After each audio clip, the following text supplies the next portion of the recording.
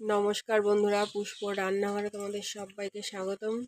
আজকে আমি দেখো পার্শে মাছ ভেজে নিয়েছি।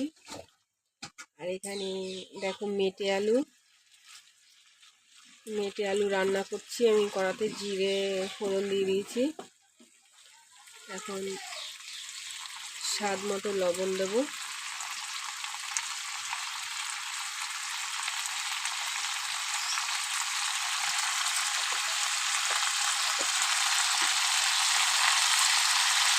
দিয়ে দেবো হলুদ গুঁড়ো,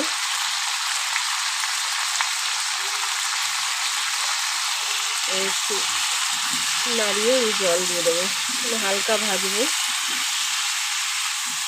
মেটে আলু কে কে খাও জানাবে কিন্তু বন্ধুরা। আমার ঘরের লোক খুব মেটে আলু পছন্দ করে, তাই আমি করলাম আজকে।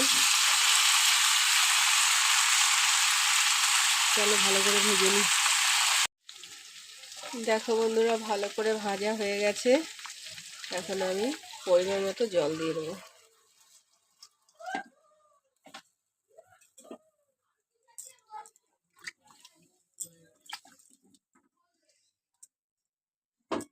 জল আমার আর একটু দিতে হবে।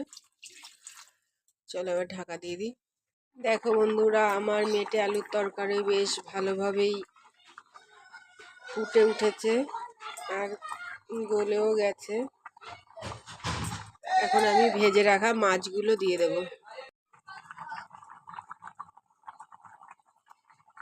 ভেজে রাখা পার্শে মাছ আমি দিয়ে দিচ্ছি।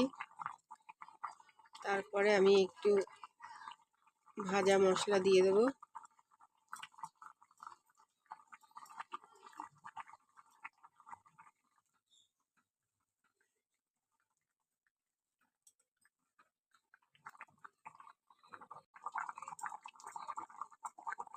ভাজা মশলা দিয়ে দিলাম,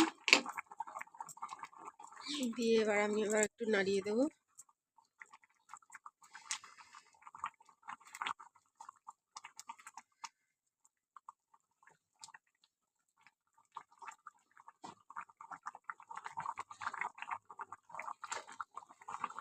চলো এবার নামিয়ে নেব, কারণ এইটা ঝোলটা গাঢ় হয়ে যায়।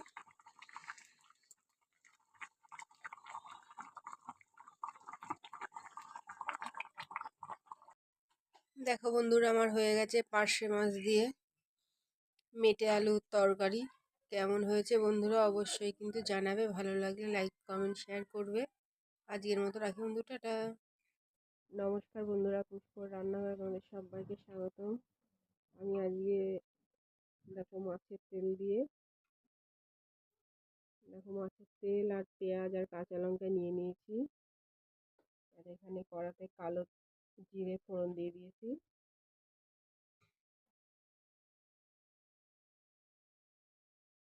আর এখানে দেখো লাউয়ের খোসা আলু দিয়ে মাছের তেল দিয়ে ভাজা করব। সুন্দর করে কেটে ধুয়ে নিয়েছি। চলো এবার এক এক করে দিয়ে দিই।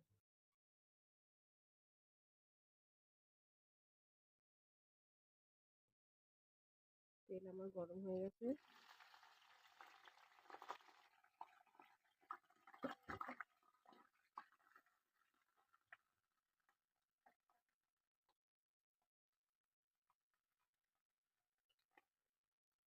একদম সহজভাবে আমি করবো। দিয়ে দেবো, এবার নুন হলুদ দিয়ে দেবো পরিমাণ মতো।